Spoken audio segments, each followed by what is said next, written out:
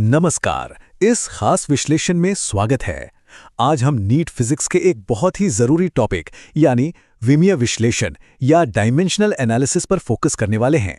तो क्या सब तैयार हैं अपनी प्रॉब्लम सॉल्विंग स्किल्स को एक नए लेवल पर ले जाने के लिए? चलिए फिर सीधे काम पर लगते हैं। हम थ्योरी से आगे बढ़कर ये देखेंगे कि असल में नीट एग्जाम में आने वाले सवालों को हल करने के लिए इन कॉन्सेप्ट्स का इस्तेमाल कैसे करना है। सबसे पहले चलिए फटाफट उस एक सबसे जरूरी नियम को याद कर लेते हैं जिसके इर्द गिर्द डायमेंशनल एनालिसिस की सारी प्रॉब्लम्स घूमती हैं। और यही सिद्धांत, यही प्रिंसिपल, समझ लीजिए सब कुछ है। ये सीधा सीधा कहता है कि आप फोर्स को वेलोसिटी में नहीं जोड़ सकते, बिल्कुल वैसे ही जैसे सेब और संतरे को एक साथ नहीं जोड़ा जा सकता। सिंपल है ना? तो अब जब बेसिक्स क्लियर हो गए हैं, चलिए एक ऐसा फ्रेमवर्क बनाते हैं जो डायमेंशनल एनालिसिस के किसी भी सवाल को आसानी से सॉल्व करने में हमारी मदद करेगा। इन 4 स्टेप्स को फॉलो करने से हर बार सॉल्यूशन तक पहुंचने का एक साफ रास्ता मिल जाता है और एग्जाम के प्रेशर में भी काम ऑर्गेनाइज रहता है। चलिए अब इस फ्रेमवर्क को टेस्ट करते हैं। हम कुछ असली नीट स्टाइल प्रॉब्लम्स को साथ मिलकर सॉल्व करेंगे ताकि ये पता चले कि ये असल में कैसे काम करता है। तो ये एक बहुत ही कॉमन सवाल है जिसमें डायमेंशनल कंसिस्टेंसी चेक करने को कहा गया है।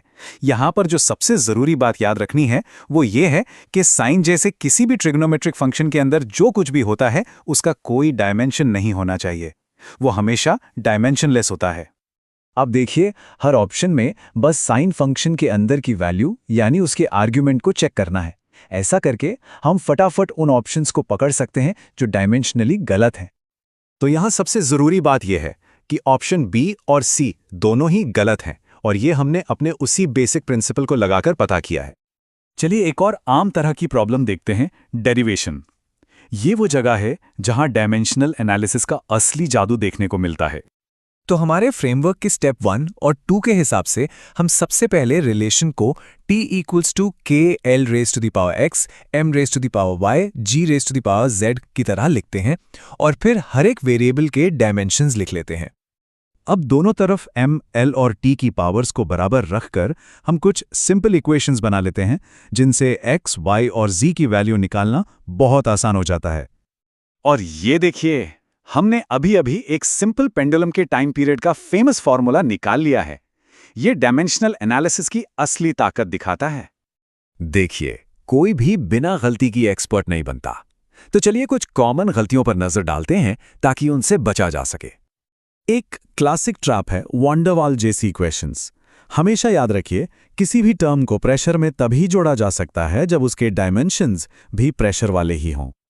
हाँ, और इन फंक्शंस और कांस्टेंट्स के लिए जो खास नियम है उन्हें ध्यान में रखने से बहुत सारी सिली मिस्टेक से बचा जा सकता है। नीट जैसे एग्जाम्स में हर एक सेकंड की कीमत होती है। तो चलिए देखते हैं कि गलत ऑप्शंस को तेजी से हटाने के लिए डायमेंशनल एनालिसिस का इस्तेमाल कैसे किया जा सकता है।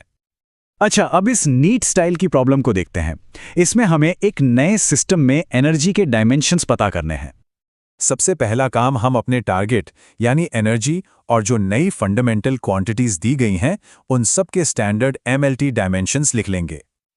अब पूरा डेरिवेशन करने के बजाय हम बस एक एक करके ऑप्शन को टेस्ट करेंगे।